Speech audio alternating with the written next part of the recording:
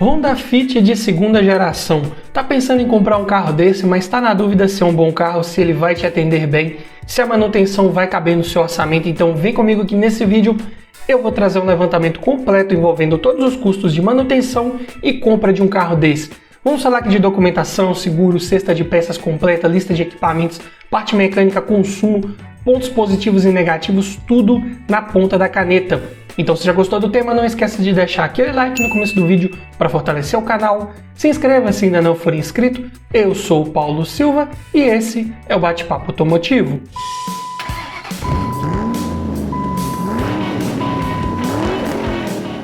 E o Fit aqui em análise é na versão EX com motor 1.5, 16 válvulas, flex câmbio manual, ano 2011. E aqui essa é a versão intermediária, porém a mais completa que você vai pegar com câmbio manual. E vamos começar falando aqui dos custos envolvendo a compra de um carro desse. E todos os preços que eu disser nesse vídeo foram cotados em novembro de 2022, começando aqui pelo valor da tabela KBB, que nesse vídeo será considerado um veículo em bom estado de conservação, com a quilometragem média de 10 mil km rodados por ano e preço médio de venda particular, está em R$ 42.825. Já a tabela FIPE um pouco acima desse valor, R$ 44.571. E uma vez adquirindo um carro desse, você vai precisar fazer a transferência de propriedade dele para o seu nome.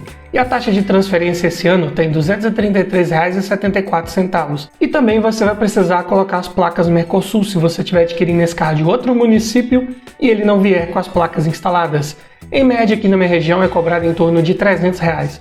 Então, já no ato da compra, você vai desembolsar R$ 45.104,74, considerando aqui a tabela FIPE para você levar um carro desse para sua garagem com toda a parte burocrática resolvida e o veículo já no seu nome. Mas falando agora aqui em custos de documentação, começando pelo IPVA, aqui em Minas é recolhido aproximadamente 4% sobre o valor de tabela FIPE.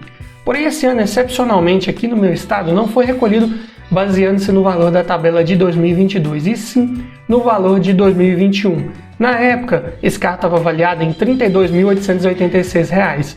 Então, 4% desse valor, o IPVA ficou em R$ 1.315,44. Já a taxa de licenciamento, o valor que foi cobrado no meu estado esse ano, foi de R$ 135,95. Seguro, que é bem interessante também você pensar em fazer por um carro desse, vou colocar aqui uma estimativa, uma taxa de 5% sobre o valor da tabela FIPE, que pode ser mais próximo da realidade da maioria das pessoas. No caso aqui desse carro em específico, ficaria em R$ 2.228,55, mas ter este valor aqui apenas como uma média, porque ele pode variar muito dependendo da cidade que você mora, da sua idade, do uso que você faz desse carro, ou se você já tem bônus de seguros anteriores que você já tenha feito ou não. Então, para sua realidade, este valor aqui pode ser um pouco maior ou menor. Falando em depreciação, peguei o valor dele de tabela cotado há 3 anos atrás, ou seja, em novembro de 2019. Na época, esse carro estava avaliado em R$ 33.091. Diminuindo do valor atual e dividindo por 3, esse carro teve uma inflação média por ano nos últimos 3 anos de R$ 3.826,67. Isso em percentual dá 8,59%. O Fit aqui, em qualquer ano, modelo e geração, versão, é um carro até sempre bem procurado, bem valorizado, com uma revenda mais facilitada. Então, é um carro que no longo prazo tende a perder menos valor de revenda comparado aí com seus principais concorrentes. Então, somando aqui toda a parte de documentação, seguro e descontando essa inflação que ele teve no seu preço, é um carro que depois de você pagar tudo e considerando aqui essa inflação, ainda sobrou um saldo anual de R$ 146,73, o que dá por mês R$ 12,23. O que é que isso quer dizer? Que a inflação que ele teve no seu preço foi tão alta, tão expressiva nos últimos 3 anos, que pagou toda a parte de documentação e seguro e ainda sobrou um saldo. Olha que curioso, né? Mas essa valorização você só conseguiria ter ela na prática, nas mãos, se você tivesse comprado um carro desse lá em 2019 e vendido ele agora, em 2022, aqui final do ano. E é o cálculo que eu tenho que fazer aqui para ser justo com todos os vídeos que eu já fiz aqui no canal. A única forma de termos uma estimativa do que será a depreciação nos próximos 3 anos é olhar para o passado e ver como foi o histórico dos últimos 3. Mas é claro que sabemos que na prática muito provavelmente isso não vai acontecer nos próximos 3 anos, até esperamos que não, né? Os carros começaram a cair um pouco de preço aí nos últimos meses, mais especificamente desde maio. Eu explico nesse vídeo aqui o porquê disso, então depois dá uma olhada lá.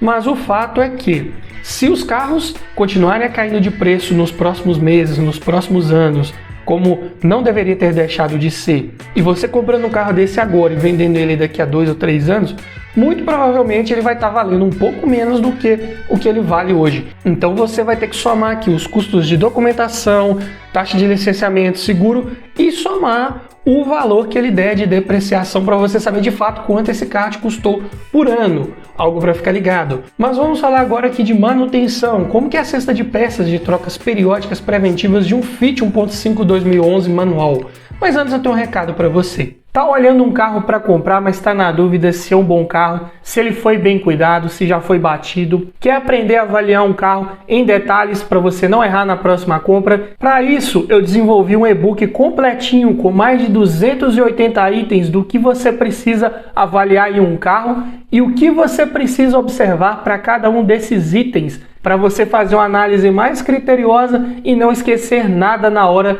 da avaliação. Então esse e-book vem para te trazer muito mais conhecimento sobre como avaliar um carro e aumentar muito as suas chances de levar um excelente veículo para sua garagem. Link na descrição. E começando aqui pelo kit de pastilhas de freio dianteiras da Cobrec, ficaram em R$ 128. Já o par de discos de freio dianteiros da Fremax, 390. Kit de velas da NGK, as 4 velas aqui no modelo Laser Iridium, ficaram em R$ 349, que é o exigido aqui para esse motor, né? Velas com composto de Iridium. Já os pneus medidas 185/55/16, encontrei os Michelin Energy XM2+, por R$ 2.676. Pneus aqui ficaram um pouco mais caros porque não são das medidas aí mais convencionais que temos no mercado e ainda mais para aro 16, então preços ficam mais puxados, infelizmente. Óleo de motor, especificação aqui da Honda é a 10W30 e esse motor pega 3.6 litros com a troca do filtro. Então eu botei 4 litros de um Honda Mineral API-SN viscosidade 10W30, que atende a todas as exigências aí da Honda para esse ano modelo. Os 4 litros ficaram em R$ 200. Já a correia de acessórios encontrei aqui da Gates, sem o tensor, por R$ 57. Porém, esse motor trabalha com corrente de distribuição, que não é um item de troca periódica preventiva, nem vai entrar no somatório final de peças, mas vou trazer o valor aqui a título de curiosidade. Um kit da Takal contendo uma corrente, 2 guias e um tensor ficou em R$ 833. Já os filtros, cotei todos aqui da MAN, começando pelo filtro de ar do motor, R$ 60.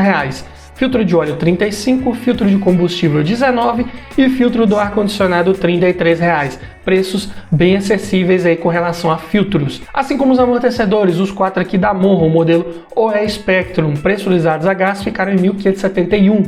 Aqui, para o porte desse carro, para o ano modelo, até que ficaram com preços razoáveis na média. E como estamos falando aqui da versão com câmbio manual, não vão entrar custos relacionados à troca do fluido da transmissão automática. Então, somando aqui a cesta de peças de trocas periódicas preventivas do Fit 2011, ficou em R$ 5.518. Para a categoria do carro, para o ano modelo, por o que ele entrega em motor, em desempenho, eu diria que está um custo até razoável, acessível. Aqui tem alguns vilões, né? Velas, preços mais elevados, né? São de Iridium. Pneus também ficaram um pouco mais caros, mas pneus aqui você encontra de outras fabricantes com preços um pouco mais acessíveis. Porém, tem a vantagem de ser um motor que usa corrente de distribuição. Então, é uma manutenção a menos para você se preocupar, um gasto a menos que você vai ter também com manutenção para esse carro. Mas falando agora aqui em custos envolvendo o abastecimento, começando aqui pelo custo do tanque cheio, é um carro com motor flex e a gasolina aqui na minha região está numa média de R$ 4,99 o litro. E esse carro tem um tanque pequeno, de 42 litros de capacidade. Então vai ficar em R$ 219,58 para enchê-lo. E como que é o consumo? Falando aqui em dados de ficha técnica. Na cidade, esse carro faz 7,2 no etanol e 10,6 na gasolina. Já na estrada, 8,3 no etanol e 12,3 na gasolina. Mas eu digo que na prática, dependendo da sua forma de guiar, dependendo do trânsito, do trajeto que você pegar, você consegue números bem melhores do que esses aí, principalmente na estrada, com certeza. E ainda falando em dados de ficha técnica, agora em autonomia, com um tanque cheio de etanol na cidade, esse carro pode rodar 302 km. Se for com gasolina, essa autonomia sobe para 445.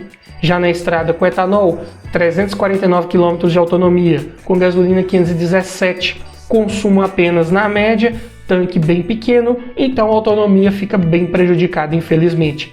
Mas falando aqui em lista de equipamentos agora, nessa versão EX, de série ele conta com direção elétrica com ajuste de altura e profundidade, vidros, travas e retrovisores elétricos, alarme, rodas de liga leve, ar-condicionado digital, computador de bordo, controlador de velocidade, duplo airbag frontal e ABS e encosto de cabeça e cinto de 3 pontos para todo mundo. E não tinha nenhum opcional disponível. Se você quisesse mais equipamentos, teria que partir obrigatoriamente para a versão top de linha, né? A EXL, porém teria que pegar também o câmbio automático obrigatoriamente. E falando aqui no sistema de som, de série ele conta com leitor de CD, USB e comandos no volante. Para o ano modelo desse veículo até que está aceitável, condizente.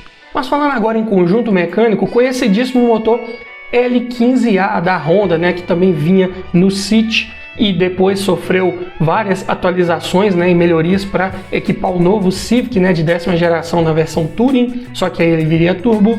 Mas aqui é um comando simples no cabeçote, acionado por corrente, motor aspirado e com variador de fase para as válvulas de admissão, né. O variador aqui é do tipo VTEC.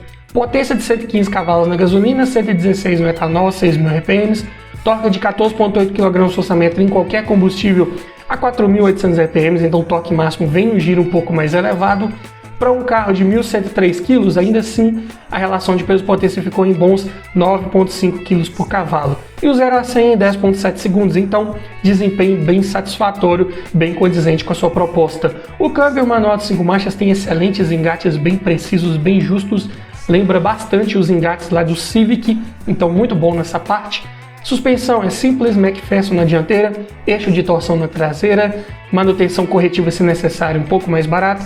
Sistema de freios aqui já é um pouco melhor, disco nas 4 rodas sendo ventilados na dianteira e sólidos na traseira, e a direção é de assistência elétrica, como eu mencionei, então rouba menos potência do conjunto mecânico, tem assistência variável de acordo com a velocidade, então muito bom em qualquer situação. Porém, o porta-malas tem capacidade apenas média, 384 litros, porém conta com banco traseiro rebatível bipartido. E esse rebatimento dos bancos, ele é bem diferente. Você consegue tanto deitar totalmente o encosto para frente, né, e aumentar muito essa capacidade de carga se você precisar, quanto você consegue também subir o assento e prender ele no encosto. E você libera aquela parte ali onde vai o pé do passageiro do banco traseiro para levar alguma outra coisa que precisar. Então, é um carro bem versátil para atender em inúmeras situações.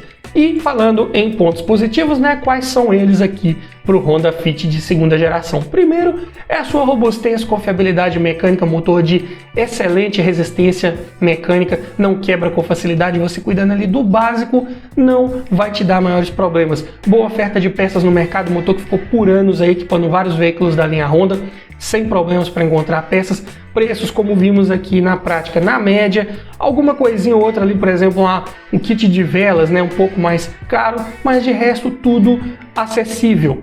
Desempenho muito bom, como vimos também em números, espaço interno ótimo, carro de excelente versatilidade e também de ótima dirigibilidade, ergonomia, comandos bem localizados, bem à mão, ótimo para o motorista, carro que dá bastante prazer ao guiar, também engates da alavanca bem justinhos, favorecem muito nessa questão. Carro de ótima estabilidade, boa rigidez torcional, não rola carroceria com facilidade, então bastante segurança aí nas curvas. Lista de equipamentos ok, comparado com seus concorrentes e para o ano de fabricação. E um carro também bem avaliado pelo Lat NCAP, então bem seguro em caso de colisão. Porém, como pontos negativos, acabamento é apenas ok, nada de muito esplêndido ali com relação a materiais empregados. Suspensão de batida um pouco mais dura, não é igual um Civic, mas é um pouco mais desconfortável dependendo da estrada e da rua que você pegar. Tanque de combustível pequeno, como já falei também, então prejudica um pouco na autonomia. O motor exige ajuste preventivo periódico de folga de válvulas, né? Trabalha com tuchos mecânicos. Se você não fizer essa manutenção ali aproximadamente a cada 40.000 km, esse motor pode passar a gastar mais combustível e perder potência. Falta ponteiro de temperatura no painel, que eu considero importante que tenha em todos os carros. Não é um veículo homologado para utilizar reboque, né? Não dá para levar uma carretinha, um trailer com esse carro. E o consumo pode ser um pouco mais elevado se você resolver pisar um pouco mais com esse carro. Dá para conseguir médias aceitáveis, razoáveis, mas tem que andar de forma bem tranquila, com certeza. Mas me diga você, frente a toda essa análise feita, você levaria um Fit de segunda geração para sua garagem? Deixe nos comentários, quero ouvir a sua opinião. E se você gostou desse tipo de vídeo, vou deixar aqui no final a playlist com vários vídeos nesse formato, para você que ainda está na dúvida entre um Fit ou outro carro da categoria ou até de outras categorias diferentes, lá já tem o melhor vídeo para te ajudar a escolher o melhor veículo para sua garagem. E é isso aí. Obrigado por assistir, aquele abraço e até o próximo vídeo.